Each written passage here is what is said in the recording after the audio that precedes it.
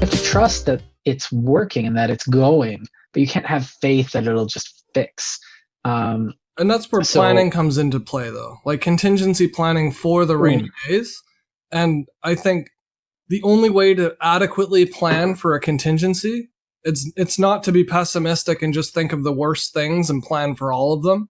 It's to be the most ready you can be with the fewest resources possible. Again, it comes down to economics.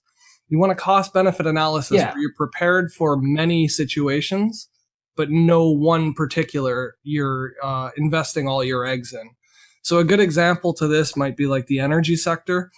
Here in Canada, we refined, pun intended, we refined the process of extracting shale oil from oil sands. But the weird thing about Canada is we're sending a lot of our raw shale across the border to be refined because economies of scale in the US provide more cost-effective refinement of those products. And then we buy back the plastic goods of the refined oil or energy product, which is fine in principle. I'm not against it in principle. But what's weird to me is that when the price spikes up to $150 or $120 a barrel, where it's, stable prices between 40 and 70.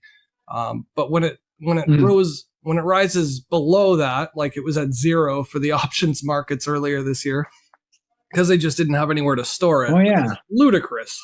That should never happen. They're putting in it a in regulated tankers market. and making them drive around.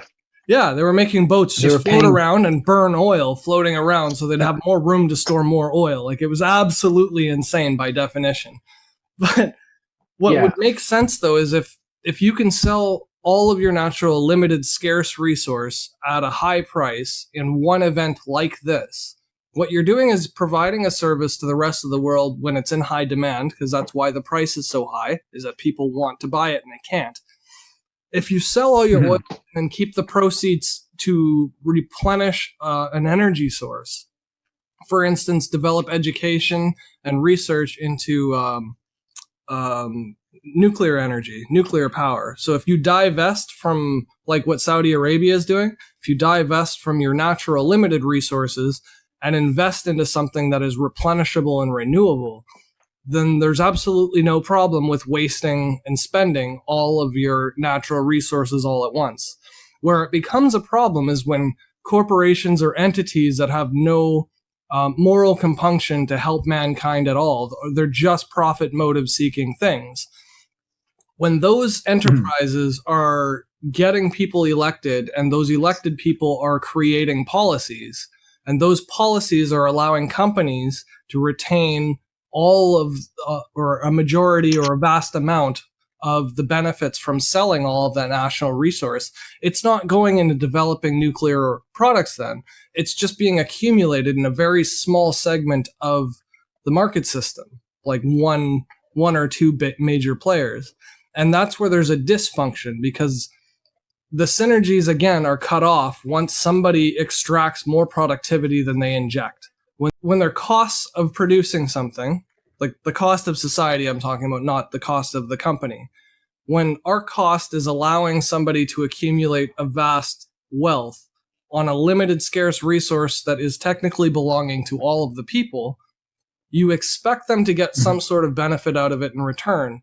And insofar as we are regulating markets for the sake of stability and longevity, that output, the net gain from those excessive oil sales, for in this example, should go towards producing something that is going to sustain us in the long term. And that's just my opinion, but that's my opinion based on the function of market. The reason why we built a market and said, hey, if you've got bricks, come here. If you've got wood, come here. If you've got food, come here.